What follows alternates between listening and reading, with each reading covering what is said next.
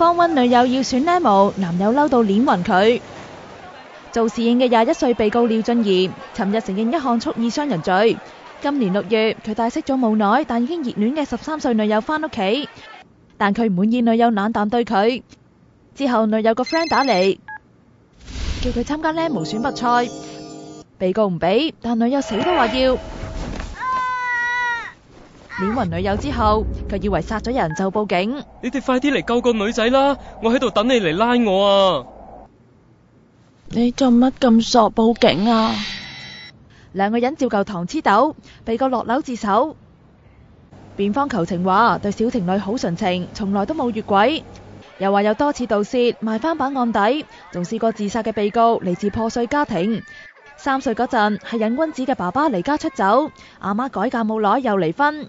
被告唔准女友選 Nemo，只係驚佢俾人騙財騙色。案件下個月19號判刑。